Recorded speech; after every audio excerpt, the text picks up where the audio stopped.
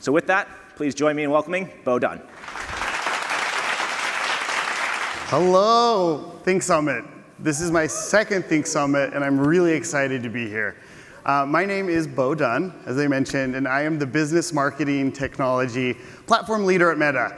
And I'm really excited to be here, but one thing that I remembered as I was walking up here, you don't know what I'm gonna say, and neither do I. So I shouldn't be nervous, I'm gonna be okay. We'll figure this out together.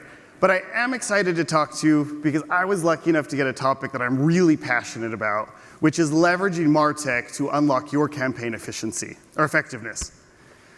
So I want to start with the customer interaction.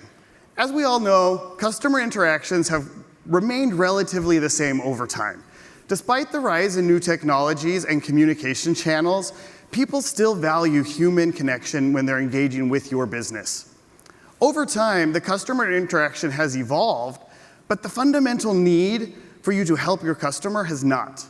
So whether you're bartering for rocks in exchange for meat back in the ages, or you're ordering something from a catalog, you're in a store, or even online, the need for you to understand what your customer needs has never been greater. But digital continues to raise the bar. It makes it more and more difficult to meet your customers' expectations and doing it in cost-effective ways. So you might be asking, if things haven't really changed that much, why are some companies getting left behind? It's because it's not enough to just be convenient now. The world is changing, we're all feeling it, and the customer wants convenience with understanding.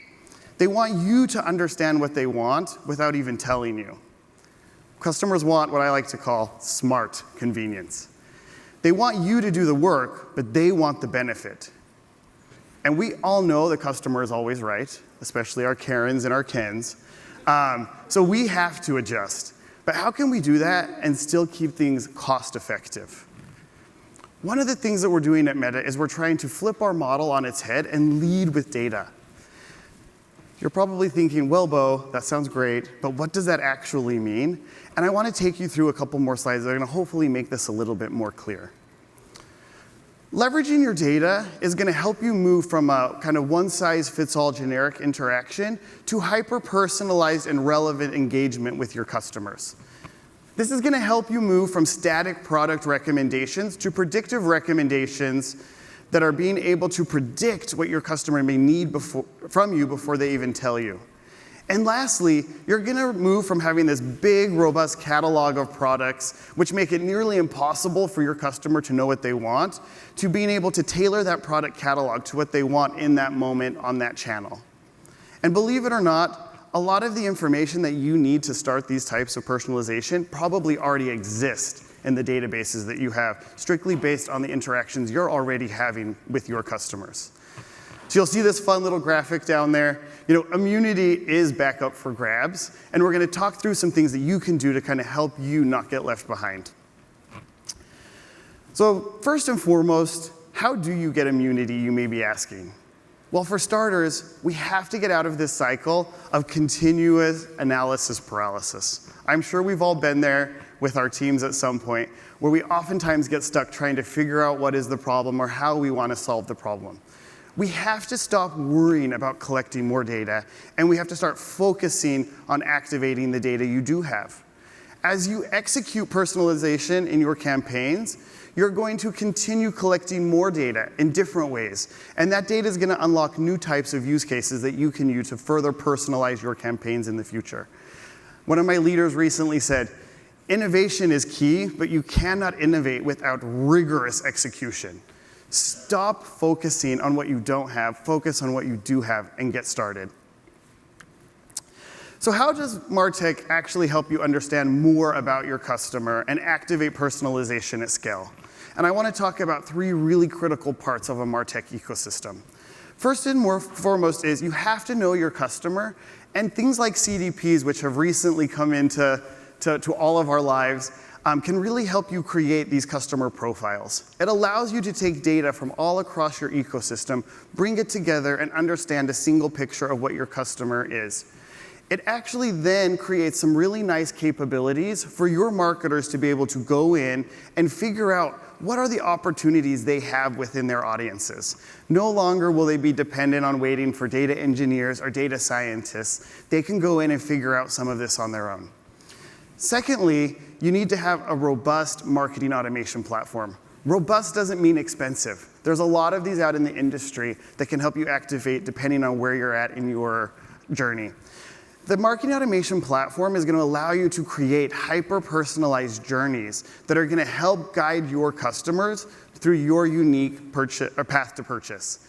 And we know that our paths to purchase oftentimes aren't the easiest to understand. We ourselves may not understand them. So using the power of your Martech, you can actually help guide and direct your customers so that they don't get lost. And thirdly, I want to focus on, you have to be able to measure what you're doing. You need to understand your customer value and impact through attribution, analysis, and modeling. A lot of our leaders, and I'm sure we've all felt this, if we can't measure it, why are we doing it? You need to be able to take the data and understand how your campaigns are performing, and using a lot of the Martech capabilities that are already available as part of these marketing automations platforms often help you do that. So that probably sounds easy enough, and believe it or not, it actually is. So let me take you through a pilot we did at Meta that ended up having some really big results following this model.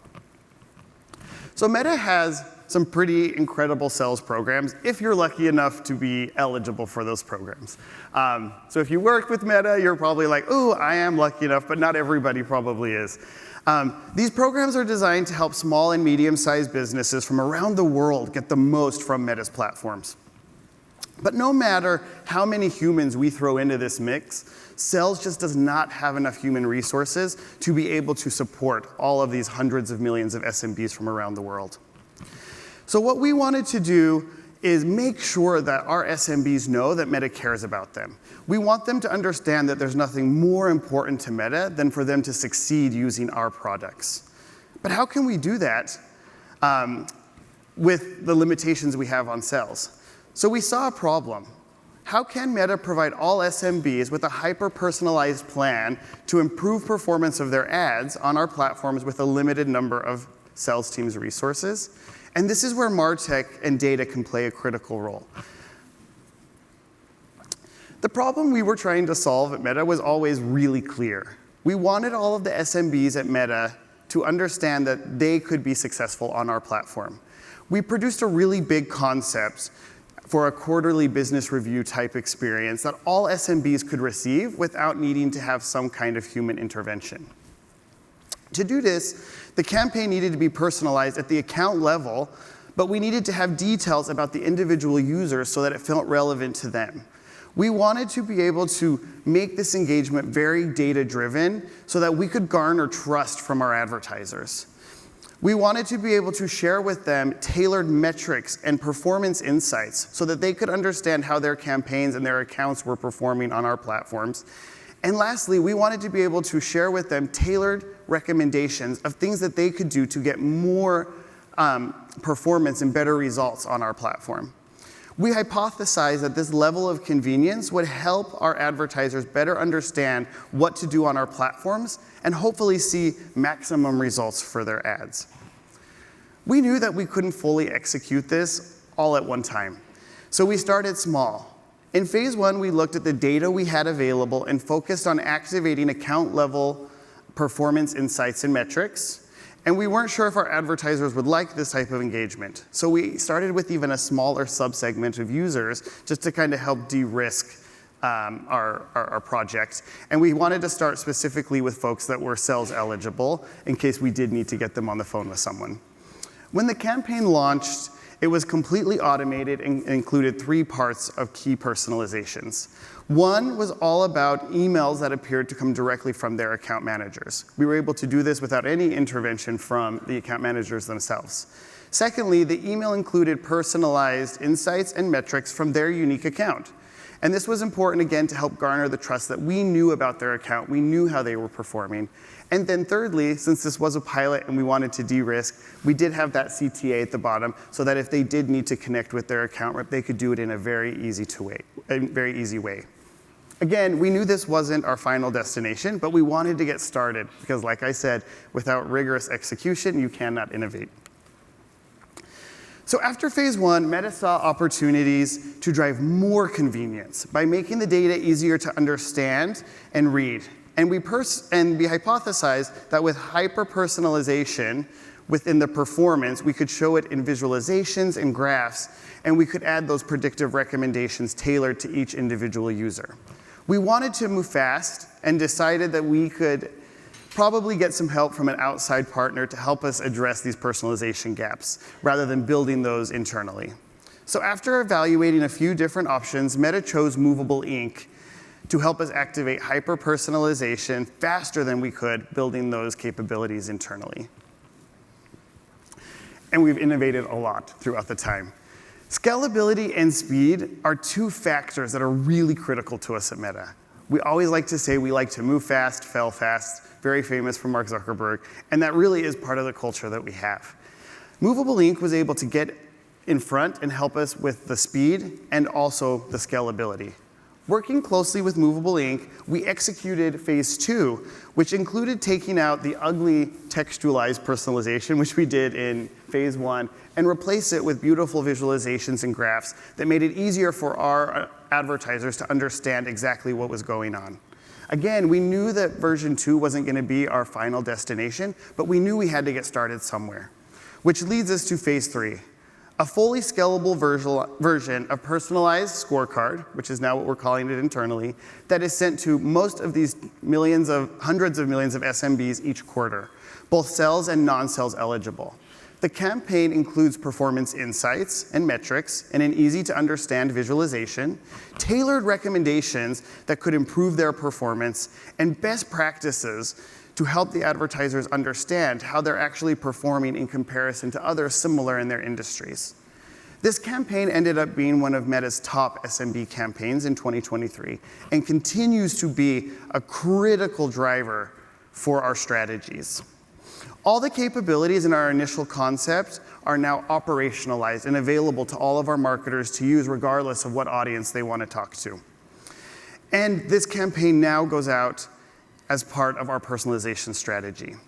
And one of the really interesting things that we saw over time, and this is a little snippet if you guys don't actually know how Movable Inc. works, but even if you look at your email on day one and you want to look at it 2 months from now, those data recommendations that we are showing get updated. And we've actually noticed that our advertisers are starting to understand this. And we see oftentimes in between quarters, because now they're expecting their quarterly business review, they're actually popping back into the email to see what those tailored recommendations are. And this really is what I get really excited about, because that is the power of Martech. It's the ability to bring those personalization experiences to your customers. It's the ability to push that data to them at real time. So how well did this campaign actually do? I want to take you through a little bit of what we learned and about how it performed. So these results are based on a single quarter of our phase 2 activation. And really, we couldn't be any more excited. We saw roughly $100 million in engaged revenue from a correlated 30% average spend lift. And we also drove roughly 10,000 leads to our sales programs. And this is just one quarter with one campaign. This is just one example of many where I've seen Martech scale personalization to use cases that my marketers have deemed nearly impossible. And this just isn't at Meta. I saw similar things at Coca-Cola and at the Kellogg Company. And after these results were published, we saw an incredible amount of marketer engagement, and it kind of kicked off a transformation for the way that we wanted to tackle our advertisers' issues and solve those issues using personalization and some of the capabilities that we have built. On top of that, personalization is now part of every single campaign that we do, and we look for those opportunities by starting with the data that we do have to build towards our ultimate journey. Oftentimes, the hardest part of any journey is really just getting started. My biggest piece of advice is to all of you is take what you have. Start small, but really start executing.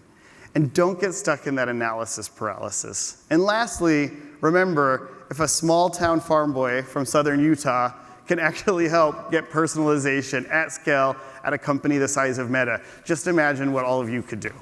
So thank you so much for this opportunity. Best of luck to you as you leverage Martech to unlock your campaign effectiveness and start innovating.